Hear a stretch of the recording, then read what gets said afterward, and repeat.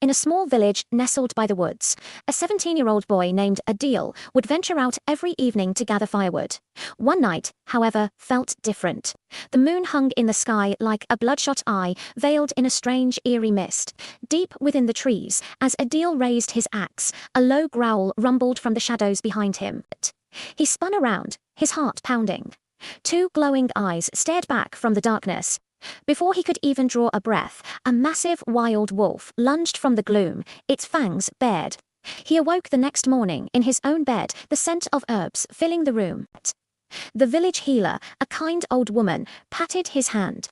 "Your wound is deep," she murmured, "but you are lucky to be alive." Adeel felt a strange throbbing in his veins, and when he glanced in the mirror, he saw an unfamiliar glow in his own eyes. The following night, as the red moon climbed into the sky once more, a searing pain shot through him. His hands began to tremble uncontrollably. His body shivered, and then, with a sickening crunch, his bones started to crack, twist, and reshape. His scream morphed into a guttural howl as his eyes burned a furious, demonic red.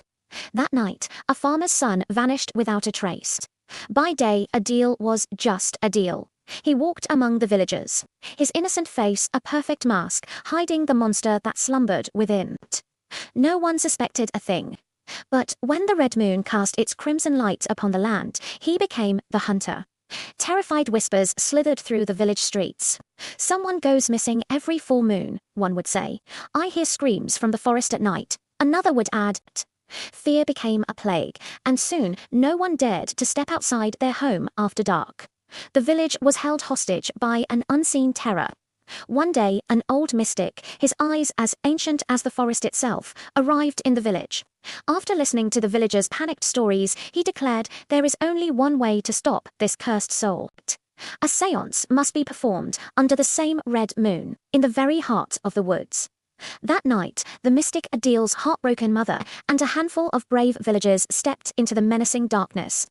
The mystic lit a single candle and began chanting in an ancient, forgotten tongue. The wind howled like a banshee, the trees shook violently, and dust and leaves swirled around them in a chaotic vortex. As the mystic screamed, "Release the spirit," Adeel appeared. His body was a grotesque sight, ripping itself apart, half human, half beast.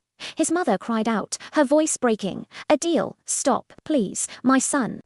But the beast was consumed by rage. The mystic tried to complete the ritual, to break the curse, but Adeel lunged, attacking him in a blind fury.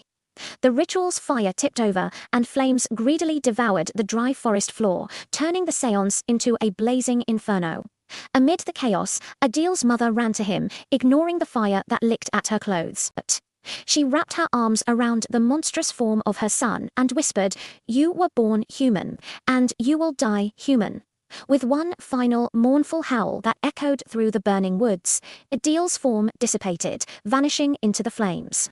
By morning, only ashes remained, and there, in the center of the scorched earth, lay a single, perfect red feather. After that night, the red moon was never seen again. But was Adeel truly gone? Or is he just waiting for the next red moon to bring him back? Thank you for watching.